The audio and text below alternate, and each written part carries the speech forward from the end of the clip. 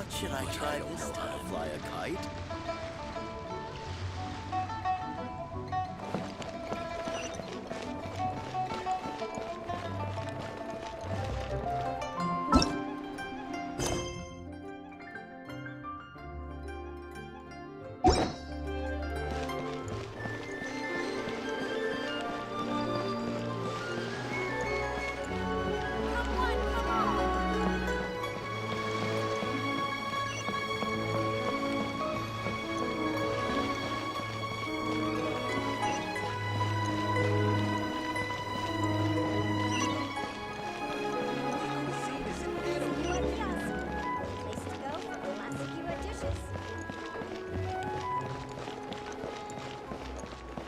New year always brings new perspectives.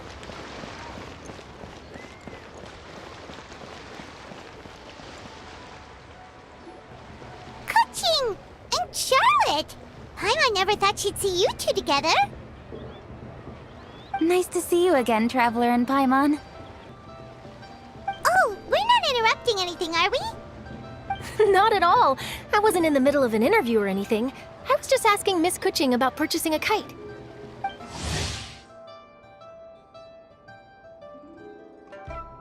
A kite? Are you buying some regional specialties to bring back to Fontaine? Well, yes. And... It seems you haven't heard yet. The theme of this year's Lantern Rite is kites. Oh, so that's why Paimon has seen so many floating in the sky. Liyue Harbor is always changing, so it is only fitting that Lantern Rite should change in turn. The Qixing believes it would benefit Liyue to build on our own cultural foundation by embracing the technologies of other nations. After all, it is said that the stones of another mountain may serve to better polish one's own jade. So, Ningguang organized a private meeting with Miss Charlotte to ask for her help in fostering cooperation with the right people. In the end, we decided to combine Liyue's traditional art of kite making with Fontaine's mechanical vertical lifting device. Mechanical lifting device? Sounds pretty impressive. But don't kites just use the wind to fly? Why would you need to add something mechanical? Well, you've actually just answered your own question, Paimon. How high and far a kite can fly depends as much on the weather conditions as on the skill of the person holding the string. But as soon as there's no wind, you can only flail about helplessly like a sweet flower medaka out of water. Experience doesn't matter at that point. Exactly. Liyue is now a nation ruled by humans, after all. It's about time we had the power to make a kite fly, don't you think? Plus, the easier we can make it to enjoy, the more people will want to participate. Right? I also thought it was a novel idea. Plus, it shouldn't cost much to do. With Miss Charlotte's help, everything has gone smoothly. Our new mechanical kites are already available to purchase from a stall in the harbor. We're having trouble keeping up with demand. We also gave quite a bit of thought to the price. We didn't want it to be too much more expensive than a traditional kite. Cool! Turns out you two and Ningguang like playing with toys just as much as Paimon! Toys? They're not exactly toys. You see, Miss Kuching? That does seem to be everyone's first reaction. Although kites are one of our most time-honored cultural relics, outside of their use in certain ceremonies, I suppose they're considered playthings more than anything now. But to me, there's so much more than that. Think for a second about how remarkable it is that a flimsy paper kite attached to a string has the capacity to touch the sky. It is this slight piece of paper that also carries the weight of Liyue's cultural traditions. There's an old poem that goes, "O kite born of paper, flying true in sound, a lone traveler wanders, just waiting to be found."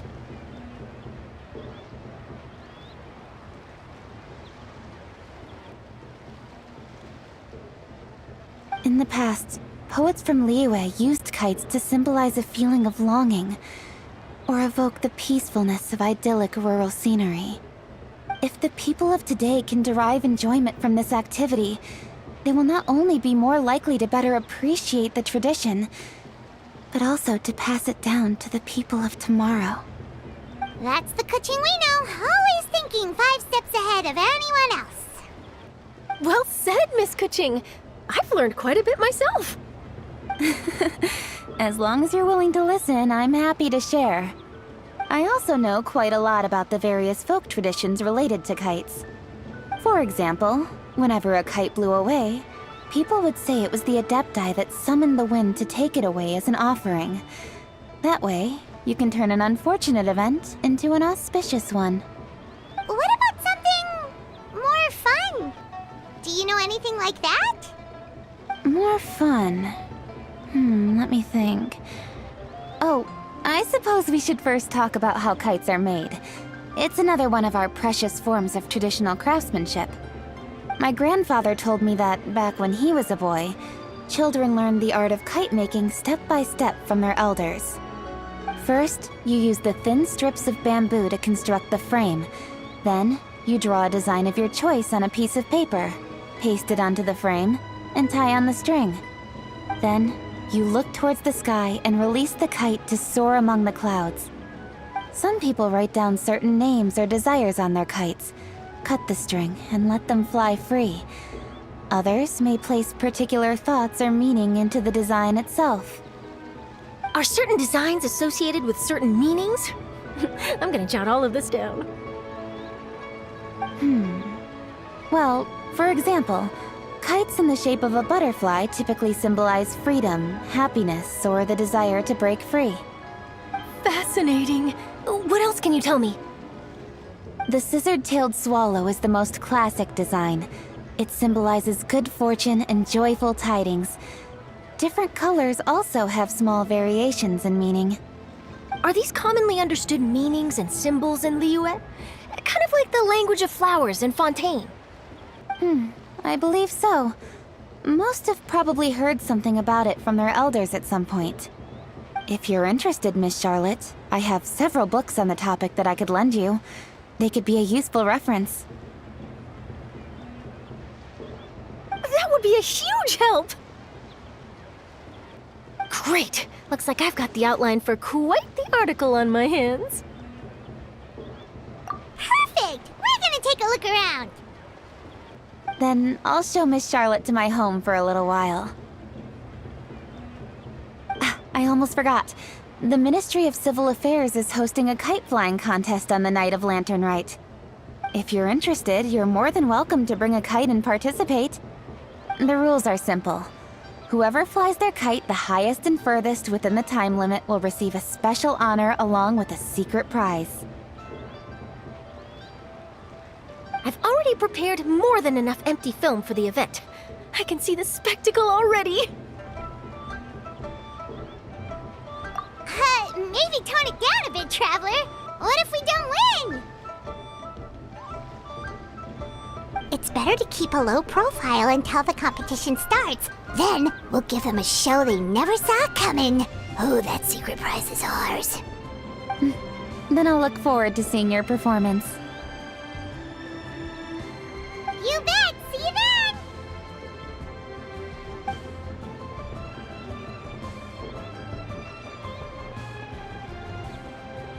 Wait, Traveler? Take a peek to your right. Do you see those 2 people lurking over there? Is it just Paimon, or were they staring at us the whole time we were talking to Kuching and Charlotte just now? They seem fishy. Great, so it wasn't just Paimon. Do you think they could be treasure hoarders? They always seem to be stirring up trouble during Lantern Rite. Oh, Paimon's sick of waiting around for something bad to happen. We should strike first, you know.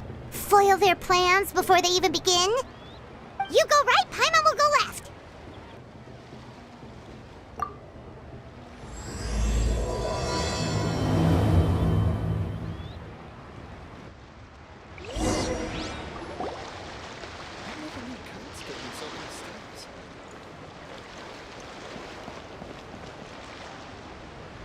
Oh.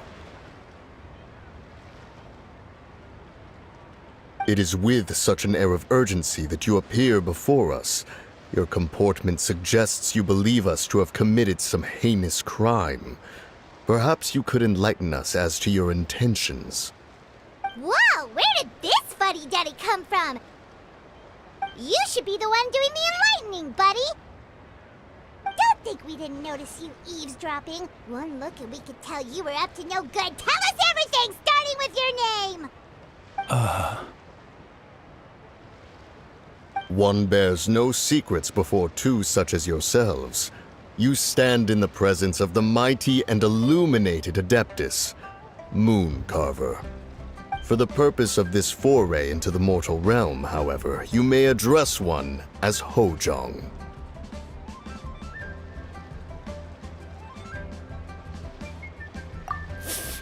You kidding?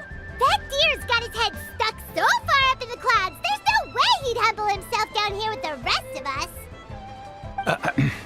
You may want to hold your tongue, Paimon. Don't think that Paimon is gonna believe you just because you know her name. Let Paimon guess, you're supposed to be Mountain Shaper, right? Indeed. Mooncarver and myself have descended upon the mortal realm for a visit. The two of you may call me Jiahu. Looks like you did your research. But in our experience, the harder you try to lead us on, the more likely it is that we've got a big fish on our hands. We'll go straight to the Millilith and have you arrested for impersonating a Adepti. Preposterous! Utterly preposterous! Right! Tell us something that only an Adeptus would know. And it better not be some common knowledge that any person on the street could tell you. You may recall that in order to preserve the tranquility of one's mountain, one planted karst crawlers around Mount Hulao. In fact, the seeds are one of Streetward Rambler's cultivars. Among all the Adepti, her horticultural skill is preeminent. The plant neither wilts nor withers, and its practical use is undeniable. Yet it does require quite the upkeep. After a while, one tires of the effort. Thus, one had no choice but to foray into town to inquire from Streetward Rambler a gentler and more easily managed variety. On your way, you were accosted by a group of youths, and without revealing your true form, were unable to extricate yourself of their presence. If one's memory serves, Streetward Rambler had to personally come to your rescue. How did you come into possession of such knowledge? The young lass, Yao Yao, keeps no secrets from Cloud Retainer. Alas, one can only let bygones be bygones. That might have been more detail than we needed. Seems like you two are the real deal, and Paimon sorry for suspecting you. But, for beings as forgiving as yourselves, this is just water under the bridge, right?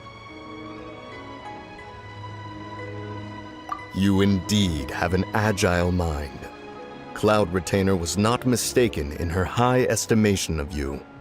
Paimon's still curious about something. It's just... Paimon can understand why Mountain Shaper is here, but why did you decide to come to the city, Mooncarver? It's not really your thing, is it?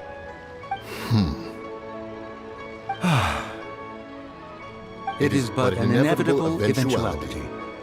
Long have the mountains remained strangely idle since Cloud Retainer's move to Liyue Harbor. With Lantern Rite near at hand, one would expect Cloud Retainer to provide us with an account of the festivities in advance. Yet to this day she has failed to appear. Cloud Retainer is hardly the forgetful sort. One must never rest idle in the face of that which demands action. And since our acquaintances dwell in Liyue Harbor, we had to travel here in human form to avail ourselves of their aid, Cloud Retainers in this case. But a moment ago, one heard you speak of a mechanical kite of sorts. It appears the essence of the situation has hitherto revealed itself. Now it is time for one to retire back to one's abode. So, you're not looking for Cloud Retainer anymore? Perhaps there are aspects of Cloud Retainer's temperament that remain opaque to young Paimon. Given one's understanding, one can only imagine the anger that now consumes her. Cloud Retainer is of a proud and arrogant disposition. She holds the belief that her skill in mechanics surpasses that of all others.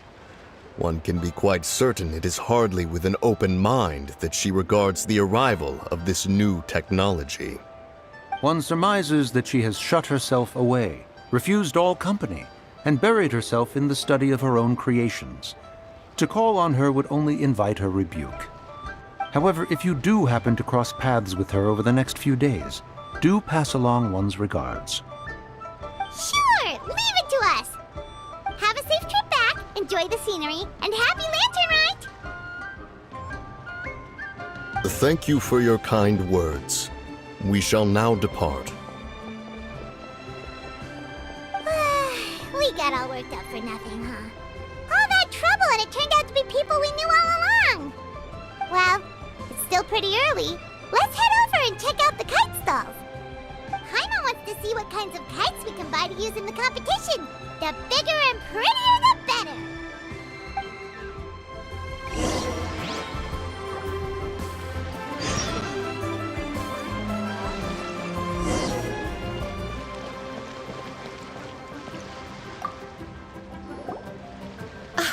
Welcome! Are the two of you looking to buy a kite? Would you like me to go over the different designs?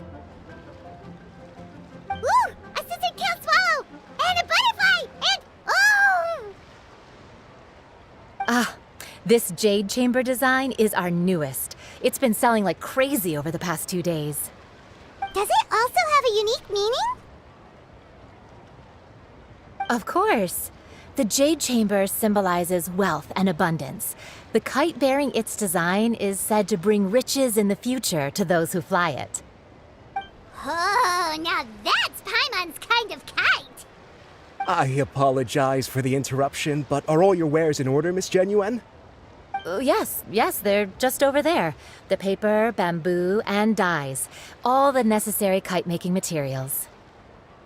Wonderful! I'll pack them up and get a guard to deliver the goods to Yilong Wharf for you. Yilong Wharf?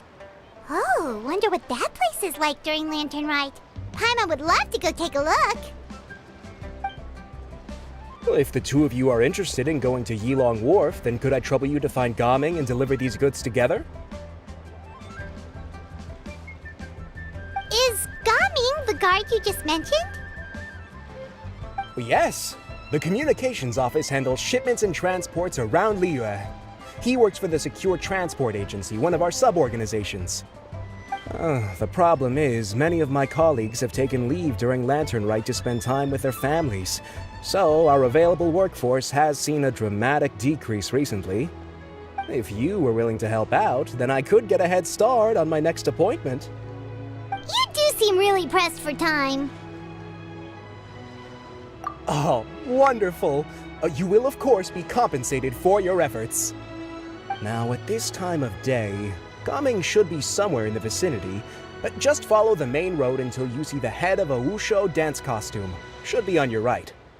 Be sure to come back if you'd like to buy a kite. I'll even give you a discount.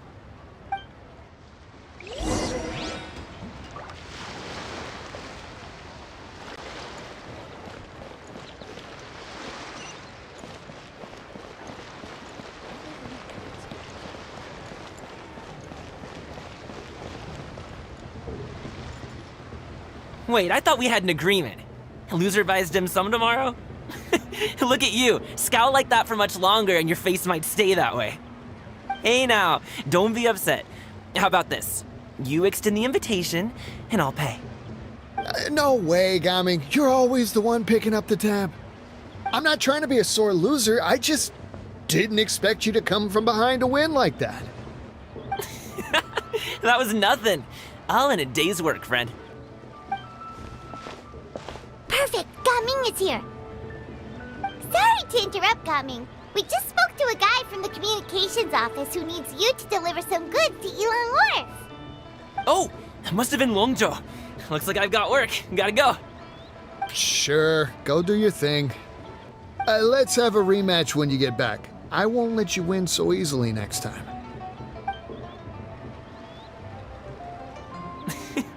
Alrighty, you can hand the goods over to me.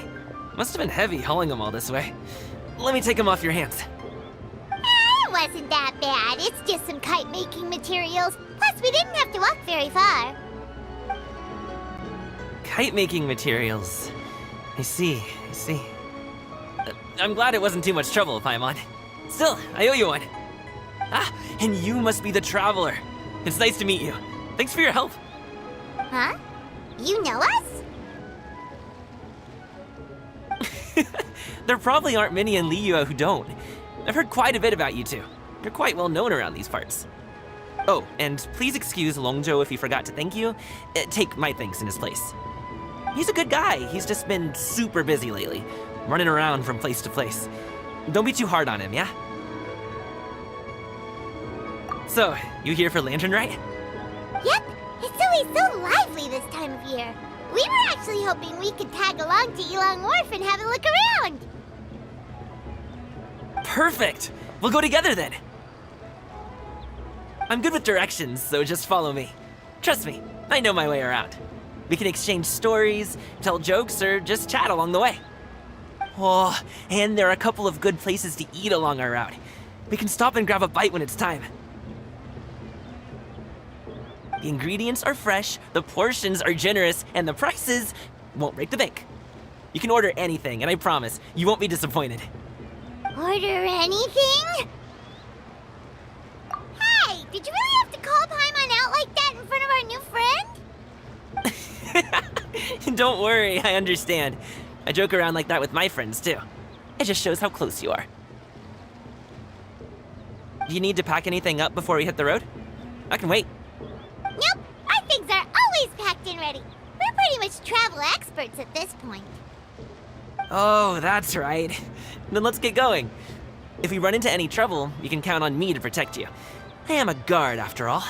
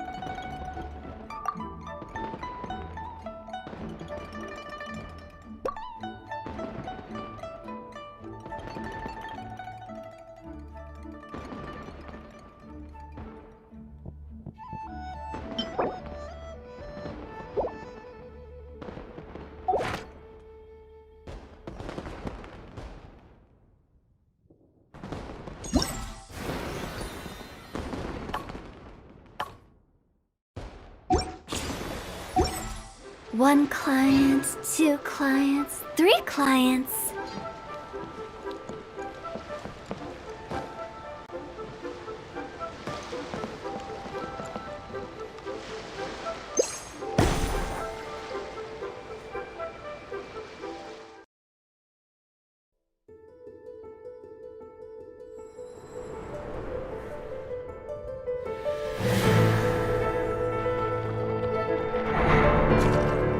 Outlanders, your journey ends here.